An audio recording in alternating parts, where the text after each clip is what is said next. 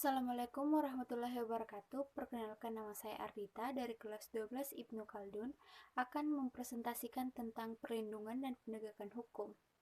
Pertama-tama, marilah kita panjatkan puji serta syukur atas kehadirat Allah Subhanahu wa taala yang telah memberikan kesehatan dan kesempatan agar saya dapat menjelaskan tentang materi ini.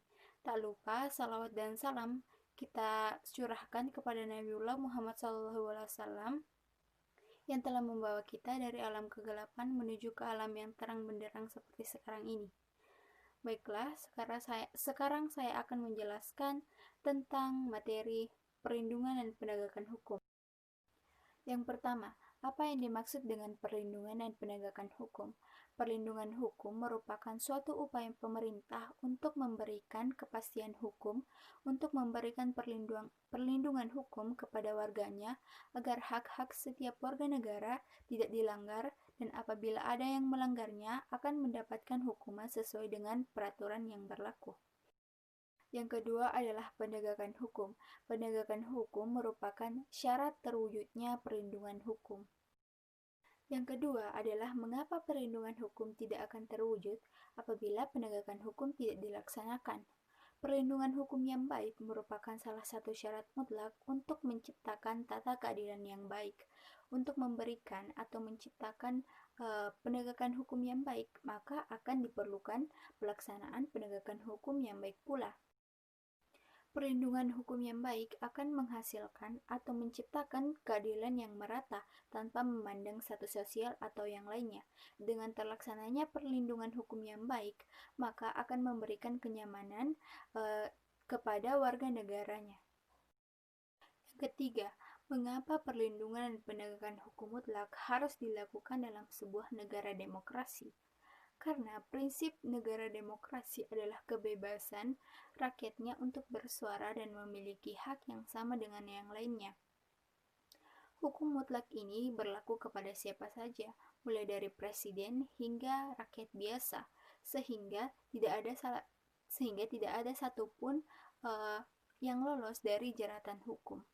Yang keempat, bedakan peran polisi, jaksa, hakim, dan advokat, serta KPK dalam proses penyidikan hukum di Indonesia.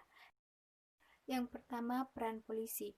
Di bidang penegakan hukum, polisi bertugas untuk melakukan penyidikan dan penyelidikan terhadap semua tindak pidana, baik secara hukum pidana serta perundang-undangan.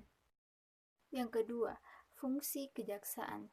Sebagai salah satu elemen sistem hukum, kejaksaan mempunyai posisi sentral dan peranan yang strategis, yang berada di poros dan menjadi filter antara proses penyidikan dan proses pemeriksaan di persidangan, di samping sebagai pelaksana, penetapan, dan keputusan pengadilan. Yang ketiga adalah peran hakim. Hakim merupakan pejabat peradilan negara yang diberi wewenang oleh undang-undang untuk mengadili. Yang keempat, peran advokat. Peran advokat secara khusus adalah memberikan dan mengajukan gugatan, jawaban, tangkisan, sangkalan, memberikan pembuktian mendesak segera untuk disidangkan atau diputuskan perkaranya. Yang kelima adalah peran KPK, Komisi Pemberantasan Korupsi, memiliki peran melakukan koordinasi dengan instansi yang berwenang melakukan pemberantasan tindak pidana korupsi. Yang kelima, mengapa terjadi pelanggaran hukum? Pelanggaran hukum merupakan suatu bentuk ketidakpatuhan terhadap hukum. Ketidakpatuhan terhadap hukum biasanya disebabkan oleh dua hal, yaitu yang pertama, pelanggaran hukum oleh pelaku sudah dianggap biasa ataupun bahkan sudah dianggap menjadi kebiasaan. Yang kedua adalah hukum yang berlaku sudah tidak sesuai dengan tuntutan kehidupan. Yang keenam, deskripsikan contoh perilaku yang menunjukkan ketidakpatuhan terhadap hukum di lingkungan keluarga, sekolah, masyarakat, dan bangsa. Yang pertama, dalam lingkungan keluarga. Contohnya, mengabaikan panggilan orang tua, tidak sholat tepat waktu, mengganggu kakak maupun adik. Yang kedua, dalam lingkungan masyarakat, mengonsumsi obat terlarang, tidak bergotong royong, dan main hakim sendiri. Yang ketiga adalah dalam lingkungan sekolah, menyontek, mengganggu teman, maupun menjelek-jelekan guru. Yang keempat, dalam lingkungan bangsa, tidak memiliki KTP, tidak memiliki SIM, dan tidak mematuhi peraturan rambu-rambu lalu lintas.